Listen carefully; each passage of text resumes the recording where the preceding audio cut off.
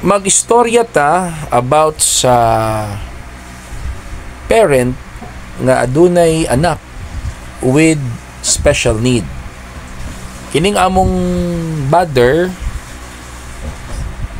ang iyang diagnosis ani cerebral palsy with global developmental delay.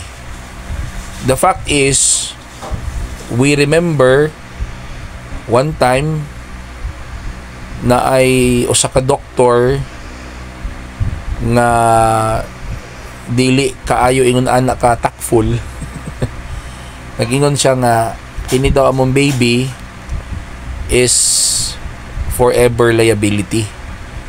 So talagang ginamit niya yung term na liability.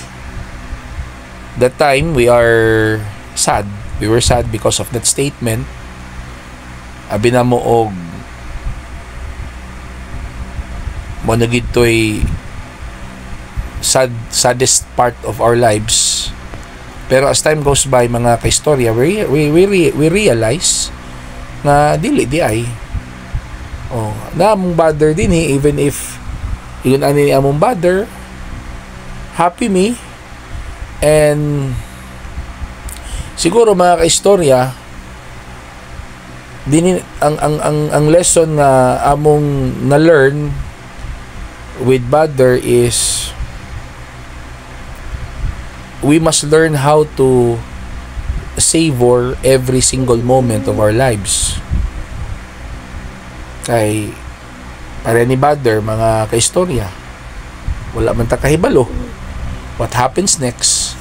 So sa amo lugar, sa part sa amo na parents, ginahatag ginamo ang pinaka the best kung say kaya namo ang pinaka the best for bother, which is para sa among na-observe, ang pinaka the best for bother is tagaan gid siya og quality time, i-love, and dili ipa-feel sa iyaha na he's different or he's a liability. Ginahatag ginamo sa iyaha ang care and time, ang love na iyang need, mga kaistorya. Hindi mo sa kakaingon nga kung inani ang iyang kahimtang, dali na siya paon. Kay the fact is, gikan siyang pagkatao na amang galing mga nag-ingon nga luoy daw ang baby, masin daw kunog dili magdugay. Pero ato ang kubang nag-ingon ato is nauna pa siya, mga kaistorya. So sa mga parents out there nga na mga anak with special needs, ang among maistorya sa inyo it's not the end of the world. It's not the end of the world. It's not the end of everything.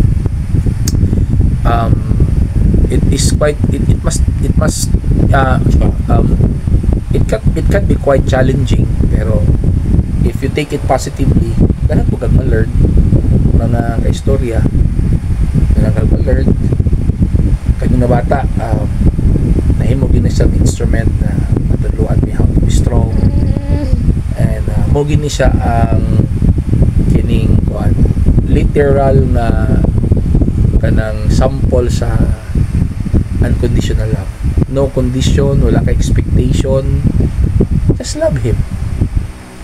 So shout out dia sa mga parents nga nay anak with special needs, but in spite of that, nagpabilin gyapon na strong and nagmalipayon gyapon, nagmalinaw gyapon sa life. So shout out sa inyong tanan, mga kaistorya.